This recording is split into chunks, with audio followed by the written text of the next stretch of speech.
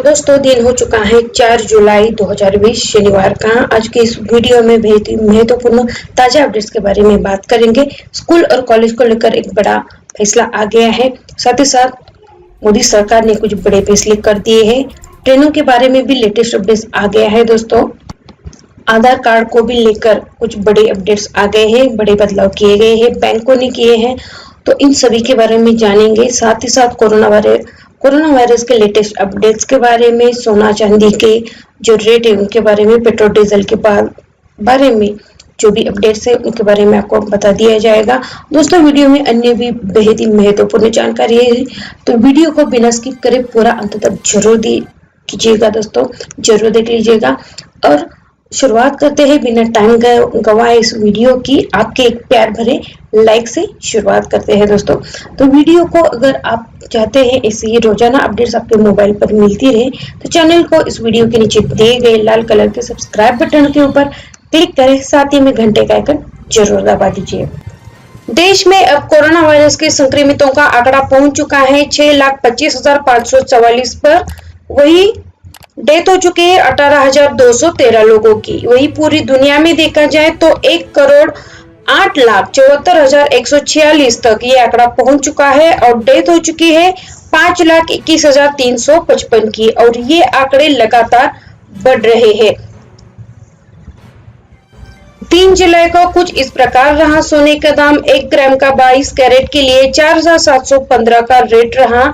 वही 22 कैरेट सोना कल का रेट था 4,715, यानी कोई भी चेंजेस नहीं हो चुके हैं। वही अलग अलग शहरों के दाम आप यहाँ पे देख पा रहे होंगे। आपके शहरों के जो भी दाम है वीडियो को पॉज करके पढ़ लीजिए। साथ ही साथ पिछले 10 दिन में क्या क्या रेट रहा ये भी आप यहाँ पर देख सकते हैं। फिर लगने जा रहा है चंद्र ग्रहण, अद्भुत संयोग दिलाएगा लाभ ही लाभ। 5 जुलाई को चंद्र ग्रहण लगने वाला है। 1 महीने के अंदर आने वाला ये तीसरा ग्रहण है।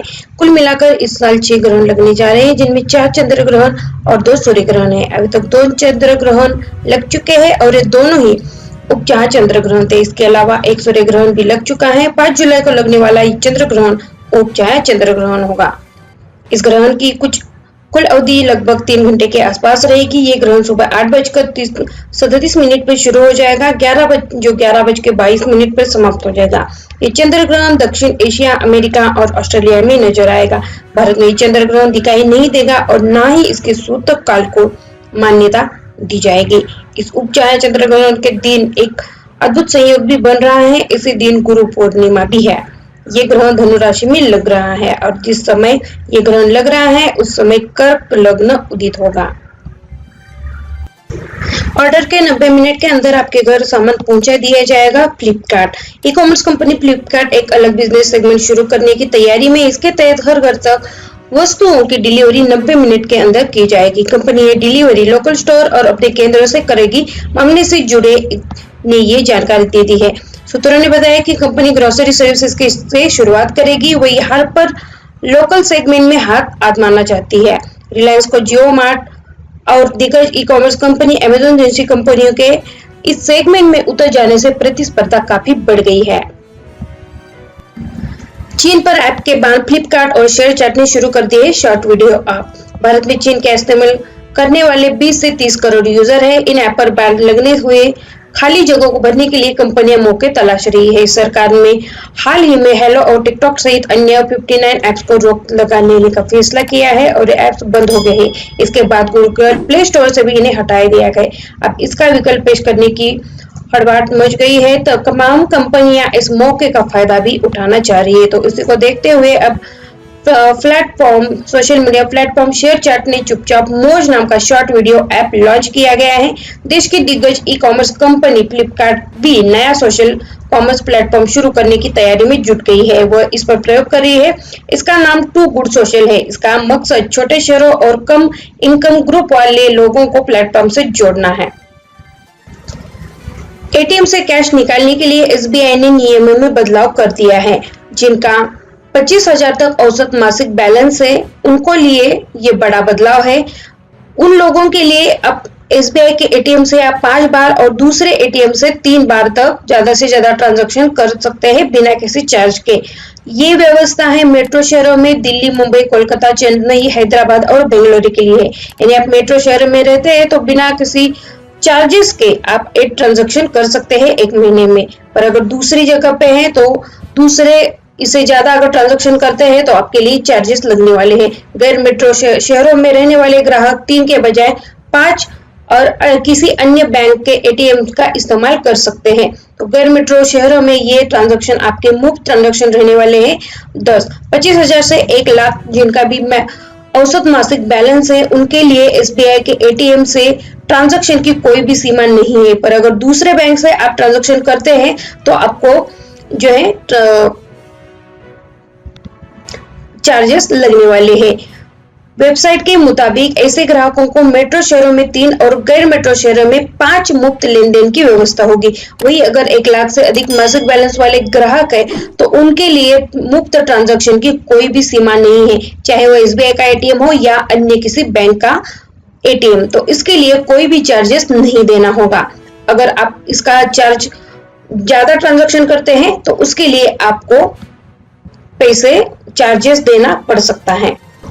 आधार ने नाम, पता और जन्म तिथि बदलवाने के लिए यूआईडीएआई ने जारी किए हैं नए नियम। तो अगर आपको इन सभी चीजों में बदलाव करना है तो नई जो है आपको बदलाव कर दिए गए हैं। यूआईडीएआई ने कुछ शहरों में आधार सेवा केंद्र शुरू किए हैं जहां पर जाकर लोग आधार में बदलाव कर सकेंगे। आपको इन सेंटर पर नया आधार भी बनवा सकते हैं। साथ ही नाम, पता और जन्म तिथि में बदलाव या अपडेट करने की स्थिति में इस सर्विस का लाभ उठाया जा सकता है। तो किन सेवाओं के लिए जरूरी है अपॉइंटमेंट? आधार सेवा केंद्र की सुविधाओं का लाभ उठाने के लिए ऑनलाइन अपॉइंटमेंट लेना होगा। आपको बताते हैं किन सेवाओं के लिए लिया जाता है अपॉइंटमेंट। नया आधार कार्ड बनवाने के लिए, नाम अपडेट करवाने के लिए, पता अपडेट करवाने के लिए, जन्म तिथि अपडेट करवाने के लिए, mobile number, email ID, gender update, biometric, इन सभी चीजों को अपडेट करवाने के लिए आप जो है ऑनलाइन अपॉइंटमेंट ले सकते हैं। ये उनका ट्वीट है, आप यहाँ पे देख पा रहे होंगे दोस्तों कि उन्होंने ट्वीट करके बता दिया है आधिकारिक वेबसाइट। तो आपको अपॉइंटमेंट लेने के लिए उनके आधिकारिक वेबसाइट uidi.gov.in यहाँ पे जाना होगा। यहाँ पे माय आधार कार्ड क्लिक करें, उसके बाद बुक और माय एन अपॉइंटमेंट इसके ऊपर क्लिक करें और वहां से आप अपॉइंटमेंट बुक करवा सकते हैं। और ये ऑनलाइन अपॉइंटमेंट बिल्कुल फ्री है दोस्तों, इसके लिए आपको कोई भी चार्जेस नहीं देना है। बिहार में मास्क बिना पहने अगर रोड पर निकलते हैं तो अभी जुर्माना देना पड़ेगा। बिना मास्क पहने अगर पकड़े जाते हैं तो जुर्माना वसूल किया जाएगा। अब ये जुर्माना 50 रुपए का लिया जाएगा। पर अच्छी खबर ये है कि जुर्माना वसूलने के साथ सरकार ने उन लोगों को मास्क भी देगी जो लापरवाही करते दिखेंगे। यहाँ पर एक बात बता दी है कि सचिव ने आदेश दिया है, मुख्य सचिव ने आदेश दिया है, उसमें कहा गया है कि कोई भी व्यक्ति जितनी भी बार बगैर मास्क पकड़े जाए तो उससे उतनी हर बार 50 रुपए का जुर्माना वसूल कर दिया जाएगा। पटना के सभी प्रखंडों में टिड्डी को लेकर जारी किया गया है अलर्ट। डीएम ने दिए गए हैं ये निर्देश। कृषि विभाग ने 48 घंटे के अंदर सभी टिड्डियों को मार गिराने का आदेश जिलों को दिया गया है। वही दरभंगा, मुजफ्फरनगर और बेगूसराय को हाई अलर्ट पर जारी कर दिया गया है। टिड्डियों के आक्रमण से बचाव के लिए डीएम कुमार रवि ने कृषि विभाग के सभी अधिकारियों से बैठक की। एक सप्ताह में कई गुना बढ़ गए हैं टमाटर के दाम। हिमाचल से टमाटर सप्लाई न होने के कारण एक सप्ताह में टमाटर के दाम 6 से 8 गुना हो गए हैं। बाजार में सब्जी लेने वाले आम टमाटर वाले लोग टमाटर के दाम सुनकर दंग रह गए हैं। दो लोगों का कहना है कि दाम अधिक होने के कारण उन्हें टमाटर खरीदना बंद कर दिया गया है। एक सप्ताह से पहले 10 से 20 रुपए किलो में मिलने वाला टमाटर अब 60 से 80 रुपए किलो या हो गया है। सरकार का बड़ा फैसला, अब सरकारी नहीं प्राइवेट डॉक्टर भी दे सकते हैं कोविड-19 जांच की अनुमति। सरकार की तरफ से बड़ा फैसला कर दिया गया है। टेस्टिंग को बढ़ाने के लिए यह फैसला कर दिया गया है। अब आईसीएमआर के दिशा निर्देशों का पालन करते हुए कोई भी रजिस्टर्ड डॉक्टर कोरोना वायरस की टेस्टिंग की अनुमति दे सकता है। सरकार ने गुरुवार को यह फैसला कोविड-19 टेस्टिंग को बढ़ाने के लिए और सरकारी डॉक्टर और अस्पतालों से काम का दबाव कम करने के उद्देश्य से ये कर दिया गया है।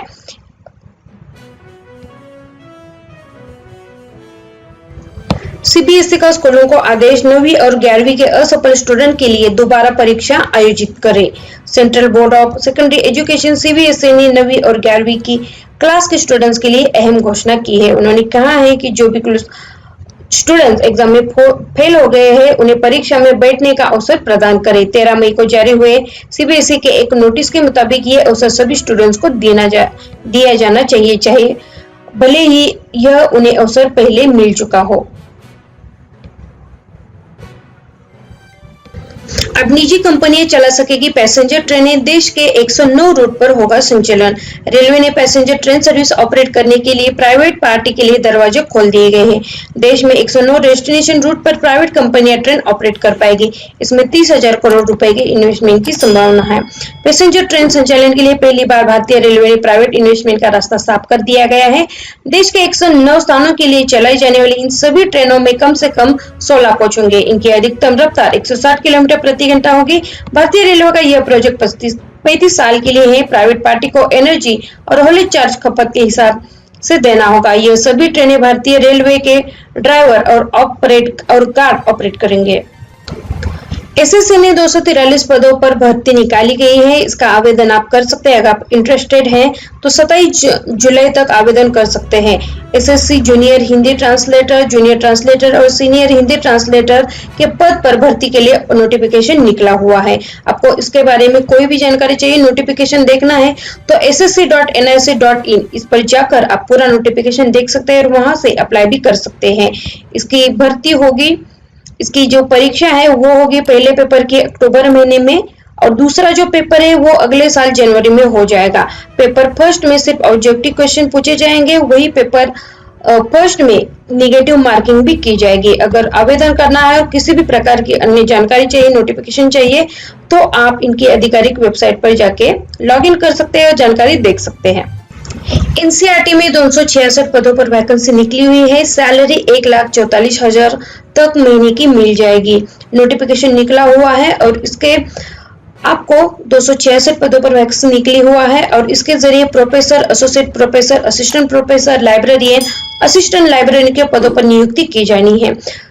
इसके लिए ऑनलाइन रजिस्ट्रेशन प्रक्रिया शुरू हो चुकी है। 29 जून से ऑनलाइन एप्लीकेशन विंडो खोल दी गई है।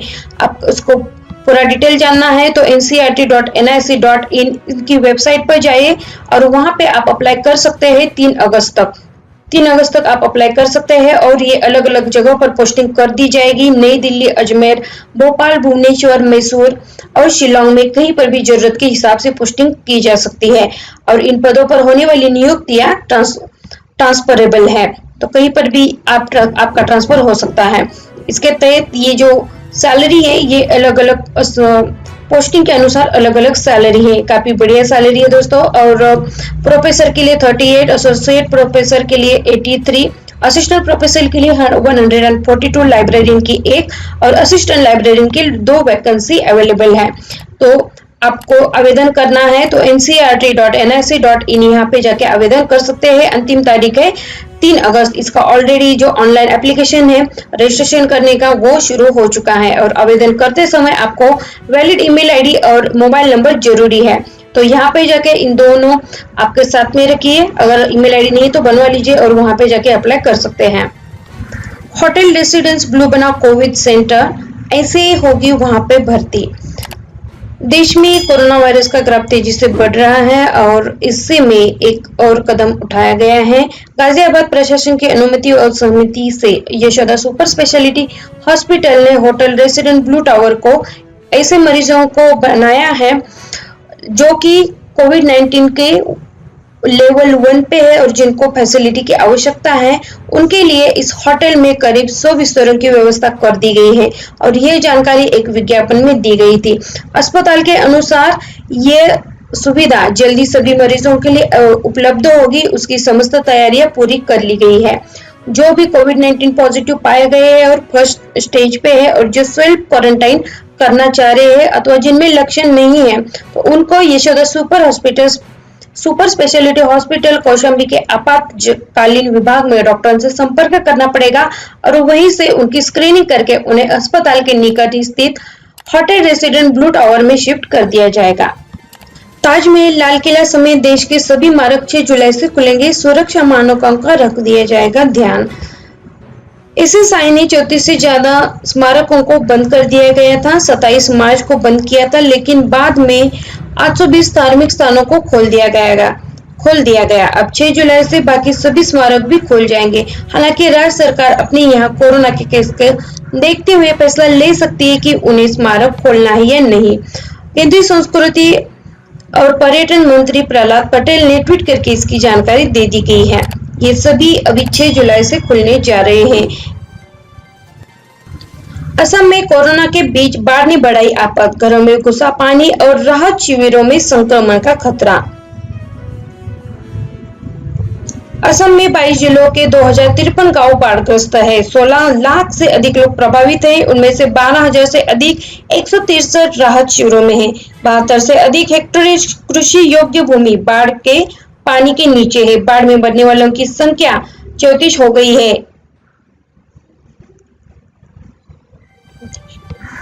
मशहूर कोरियोग्राफर सरोज खान का कार्डियक अरेस्ट के कारण निधन। 71 साल की उम्र में दुनिया को कह गए अलविदा।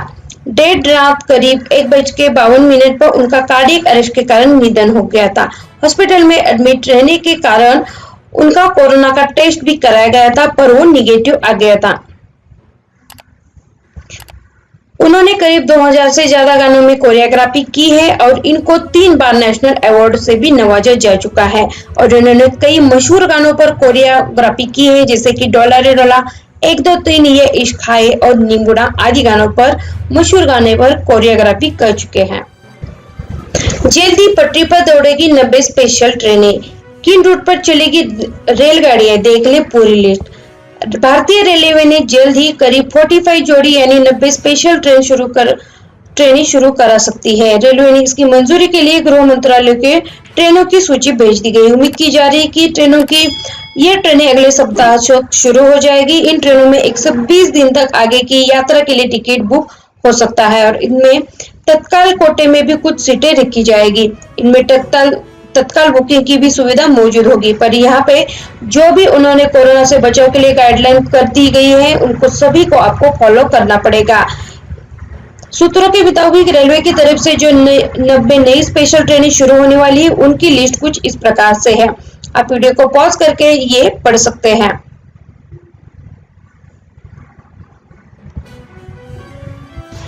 आइए अब एक नजर डालते हैं मौसम की ओर। पिछले 24 घंटों में उत्तरी केरल, तटीय कर्नाटक और दक्षिणी गोवा और गोवा में भारी से अति बारिश हो चुकी है। उत्तरी कोंकण, गोवा, उप महाली, पश्चिम बंगाल, सिक्किम, मेघालय के कुछ हिस्सों, तेलंगाना, मध्य प्रदेश के कुछ हिस्सों में हल्की से मध्यम बारिश के साथ 1-2 स्थानों पर भारी बारिश हुई, जबकि उत्तरी पश्चिम उत्तर प्रदेश, दक्षिणी पश्चिमी मध्य प्रदेश में भी हल्की बारिश के साथ 1-2 स्थानों पर मध्यम वर्षा दर्ज की गई है। मध्य प्रदेश, छत्तीसगढ़, उत्तरी पूर्वी उत्तर प्रदेश, बिहार, तटीय आंध्र प्रदेश, तमिलनाडु, केरल, लक्षद्वीप और विदर्भ में हल्की से मध्यम बारिश रिकॉर्ड की गई। दक्षिण गुजरात, उड़ीसा, गंगे, पश्चिम बंगाल, शेष उत्तर पूर्व भारत, आंतरिक कर्नाटक और मराठवाड़ा में कुछ स्थानों पर हल्की बारिश गिरी। पंजाब, हरियाणा, उत्तरी राजस्थान, सौराष्ट्र और कच्छ तथा दिल्ली में मौसम शुष्क बना रहा। आने वाले 24 घंटों के दौरान मुंबई समेत कोकण और गोवा में भी मूसलाधार वर्षा जारी रहने की संभावना है। तटीय कर्नाटक, केरल, अंडमान और निकोबार द्वीप समूह, असम, मेघालय, मणिपुर, नागालैंड, बिहार के उत्तरी भागों, दक्षिण पश्चिमी मध्य प्रदेश, दक्षिणी पूर्व राजस्थान के कुछ हिस्सों में हल्की से मध्यम बारिश के साथ कुछ स्थानों पर भारी बारिश हो सकती है। उत्तरी तटीय आंध्र प्रदेश, दक्षिणी ओडिशा, तेलंगाना, छत्तीसगढ़, उप हिमालयी, पश्चिम बंगाल और सिक्किम में भी अधिकांश स्थानों पर हल्की से मध्यम बारिश के साथ 1-2 स्थानों पर भारी बारिश संभव है। गुजरात के पूर्वी क्षेत्रों, मध्य महाराष्ट्र, विदर्भ, मराठवाड़ा, आंतरिक कर्नाटक में हल्की से मध्यम बारिश हो सकती है। तमिलनाडु, उत्तर प्रदेश के पूर्वी और मध्य भागों और उत्तराखंड के कुछ हिस्सों में 1-2 स्थानों पर हल्की बारिश के आसार हैं। पंजाब, हरियाणा, पश्चिम उत्तर प्रदेश और पश्चिम राजस्थान में मौसम शुष्क बना रहेगा। जून में टूटा पिछले 12 साल में सबसे अधिक बारिश का रिकॉर्ड। जुलाई में भी अच्छी बरसात के आसार। भारतीय मौसम विज्ञान विभाग ने मंगलवार को कहा कि जून में अत्यधिक बारिश हुई और जुलाई में भी अच्छी वर्षा के अनुमान है। मौसम विभाग के आंकड़ों के अनुसार जून में दीर्घकालीन आवधिक औसत की 118% वर्षा हुई, जिसे अत्यधिक बारिश माना जाता है। 90,000 प्राइमरी शिक्षकों की नियोजन प्रक्रिया पर पटना हाईकोर्ट ने लगाई रोक। पटना हाईकोर्ट ने राज्य सरकार के साल 2019 की 90,000 से अधिक शिक्षकों के नियोजन की प्रक्रिया पर तत्काल रोक लगा दी है।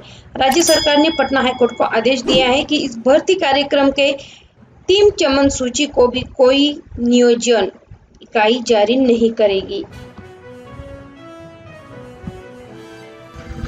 वाराणसी में अब सख्ती बढ़ी, घर से बाहर निकालना बंद। बच्चे घर से बाहर दिखे तो माँ बाप को मिलेगी सजा। एक दिन एक तरफ की दुकानें खुल जाएगी। वाराणसी में लगातार कोरोना का बढ़ता संकट और संक्रमितों की संख्या देख जिलाधिकारी कौशल राज शर्मा ने बुधवार शाम अनलॉक 2 में धारा 144 को और सख्ती से लॉकडाउन करने का गाइडलाइन निषेधाज्ञा जारी कर दिया गया है। नए दिशा निर्देश में सभी कोचिंग सेंटर, पार्क, खेल मैदान आदि बंद रहेंगे। पान मसाला, गुटखा की बिक्री और सार्वजनिक स्थानों पर इसके सेवन पर प्रतिबंध लगा दिया गया है। जिलाधिकारी के अनुसार दिशा निर्देश में यदि कोई भी सड़क पर टहलते हुए वक्त पकड़ा जाता है और घर से बाहर निकलने पर कोई ठोस कारण नहीं पाया जाता है तो उसे गृह या सरकारी 7 दिनों के लिए एकांतवास भी किया जा सकता है। यह आदेश 31 जुलाई तक लागू रहेगा। अगर 10 वर्ष के नीचे आयु के बच्चे बिना मेडिकल इमरजेंसी के बाहर निकलते हैं तो माता पिता पर आवश्यक कार्रवाई की जाएगी।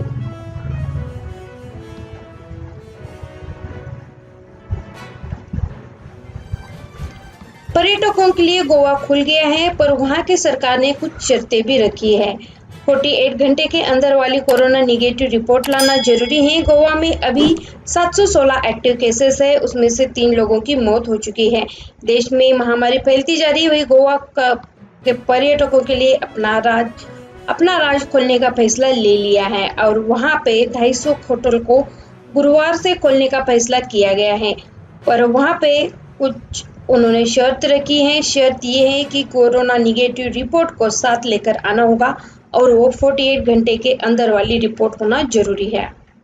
अगर ये ऐसा नहीं कर सकते हैं तो गोवा में अनिवार्य रूप से कोरोना की टेस्टिंग करानी होगी। हरियाणा में 27 जुलाई से खुल रहे स्कूल, 31 जुलाई तक बंद रहेंगे कॉलेज।